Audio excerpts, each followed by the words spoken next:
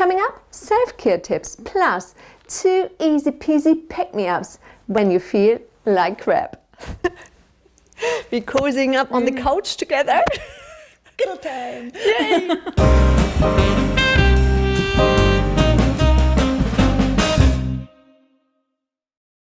Hello, hello, I'm Christina and this is Motherpreneur TV, where we kiss our excuses goodbye and cozy up to life we love. My guest today is the amazing, wonderful and also knowledgeable Sheila Sutherland.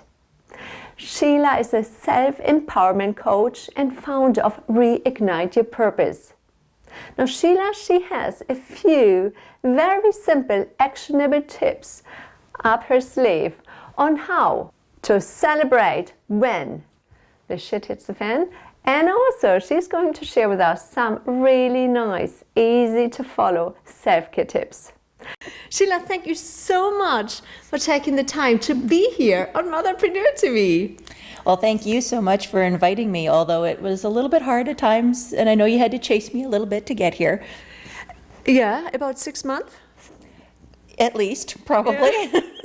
So thank you so much for kissing your excuses goodbye.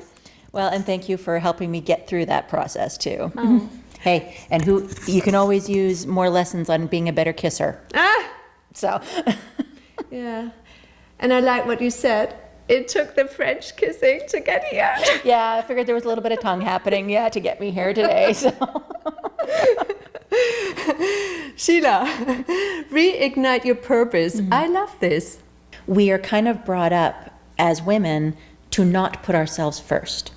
We're the caregivers. We take care of everybody else first, and if there's any energy or whatever left over, then it's time for me.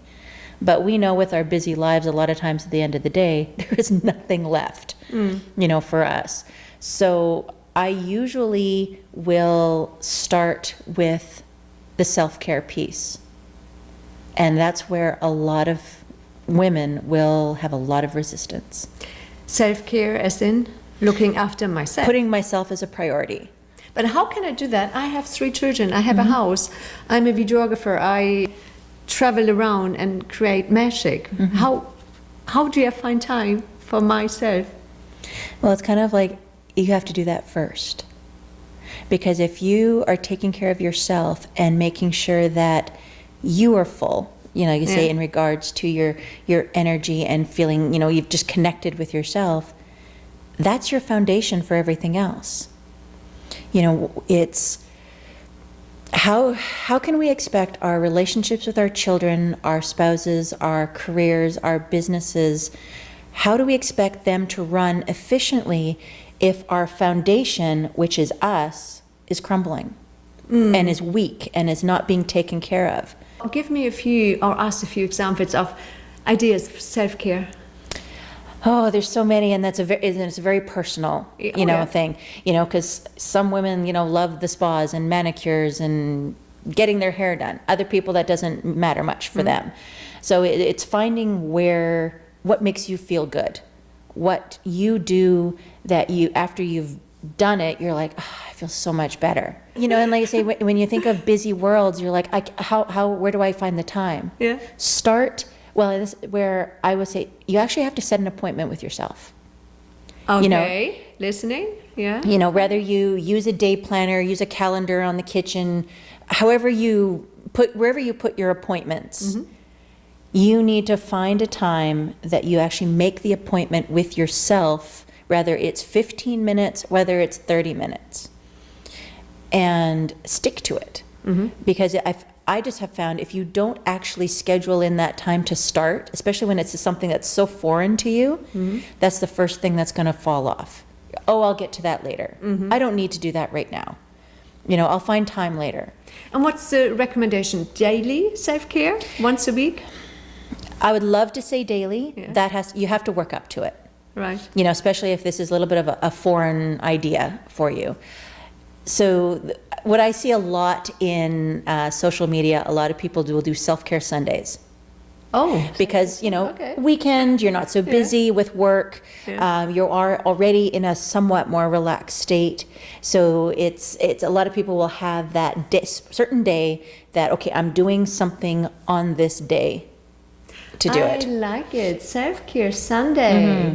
Write that down. And what I've started doing just recently is giving certain self-care tips on my Facebook page and on Instagram on Sundays, and then I'm also doing it on Wednesdays. I read on your site, our past doesn't determine our future, Yeah. but our attitude and our mindset does. Yeah. Give me a few examples of how mindset and attitude help us. For me, it all starts with gratitude. It's a great place to start, especially if this is something new.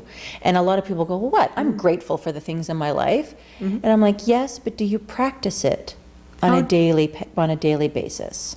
How do you practice gratitude? So I've got a few different. I'll give you a couple. Okay. I don't want to give it all away. No. One of the ones that I started personally doing it probably about 3 or so years ago was something called a gratitude jar. I call mine a celebration jar. Okay. However you want to label it. Celebration jar. Okay. So it's something that happens in your day, rather big, small, doesn't matter, because you're not comparing it to anybody else's. It's just something that, say you ran into a friend you haven't seen in a long time and they invited you out for coffee. That is something in my day I'm grateful for. I never would have had that experience, had I not been in that moment. And we had a really great time reconnecting, and it's like that was a celebration for the day. I write that down on a piece of paper, fold it up, put it in my jar. I like that. Cool. And it's big or small. I found a loonie on the ground. Yeah. Woohoo, that's $1 more than I had yesterday. I'm putting that in the jar. Awesome. And when do you open the jar, or when do you go through the jar? So you do that for the whole year. Okay. Okay, so sometimes it is hard to find something every single day. I get that. Doesn't have to be every single day. I don't want that to become a chore. Oh God, I need to find something to put in the jar today. Because then you're kind of negating the goodness behind it, right? So it's like you say, just whenever something really great happens, it's made you happy, it's sparked you in some way, you put it in there. Then you leave it for either New Year's Eve or New Year's Day, whichever works best. If you're out partying New Year's Eve, you might want to wait till New Year's Day.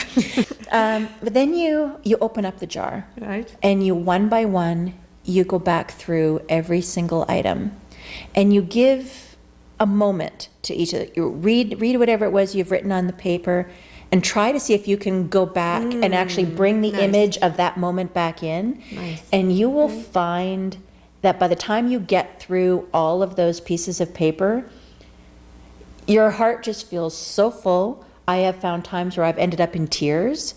It'll be things like, I don't even remember this happening. And it did, because I wrote it down on a piece of paper, but it's just, I couldn't even bring it back into my memory. And so that way it's little things to remind us of those wonderful things that happened during the year. Because I find those are the things that a lot of times we don't celebrate, we don't pay attention to on a daily basis. But if something bad happens, the energy we put into that. And we remember that for years. Lovely. And the second tip? Second tip, it doesn't matter how much inner work you do on yourself. There are times when it comes up that you're going to doubt yourself, that you're just going to feel like crap. You're going to think you've done nothing, you've accomplished nothing, why am I here, kind of thing. A tip that I had learned from a coach that I worked with is having a brag list. So you're actually going to spend a moment, you're going to sit down, and you're going to write a minimum, and it's going to be hard, but a minimum of 50 things. 50? 50, 50. Oh, okay. It's like I say, so it may take some time because, sometimes 5 is hard to come up with. But when you're saying 50, you're like, holy crap. But you're going to write down 50 things that you have accomplished up until this point in your life that you're proud of. Again, doesn't matter how big or small. If you're proud of it, you're proud of it. And then you take each one of those and you write them individually on a little Post-it. I have mine are bright pink, can't miss them. Yeah. And then I have them actually posted right near like where I do most of my work on the wall. So if you walk into my place, you have this wall that is covered in pink Post-it slips. And on those days when, like I say, I'm feeling down on myself, I'm just feeling like, oh, why am I even doing this? Why am I here? I can go through and stand in front of that wall and I can read through all the things that I have accomplished up until this point that has made me very proud. And by the time I've gone through reading all of those, I'm like, yes. You're ready. I'm like, okay, I get it. I'm done. I'm almost getting a little teary, even just thinking about it. Nice. You know, that's awesome. And it just kind of, you're like, yeah, I have done stuff. I've done some, I'm an amazing person. Look at this that I've done. Very cool tips. I like the celebration jar and the brag post-it. wall, yeah. Brag wall, brag post-it notes. Very cool. What I do on a daily basis, if you don't want to wait till the end of the year, I write a gratitude journal. Yes, that's another tip I would use, yeah. Yeah, so I do that every day because it makes me feel good. And if you've never done this, it's actually really powerful because all of a sudden, even the small things, wow, thank you. Yeah. That's amazing. And really, and celebrate it in that moment. We get so busy that we want to move to the next moment and the next hour, and I've got this to do, that we forget to be in the right now. You know, so it's instead, I could be sitting here going, okay, well, when we're done here today, I need to go grocery shopping. I need to do this errand. I need, whatever. But instead, I just want to focus on, I'm here with Christina. I get to have this amazing interview and we are having a great time here. And you've helped me, like I say, kiss my fears goodbye to get in front of this camera. So I want to celebrate this moment and be focused on just being right here. This is going into my jar tonight. Thank you. And this goes into my gratitude journal. Yes. Sheila, thank you so much. You are a source of inspiration and motivation. You are a source of wisdom and you are amazing. Thank you. Thank you. That means a lot. I have all of my social media links on there, so then you can connect up there. Plus, every week I have my episodes on iTunes. So you under the same name for my podcast is Reignite Your Purpose. So subscribe so that way you don't miss an episode of whenever I get, and it'll be coaching tips and hints and mindset skills and things that you can use to. Yeah, that's all there for you for free. Reignite your purpose and passion. Thank you so much for watching. Sheila and I, we do appreciate your time spent with us.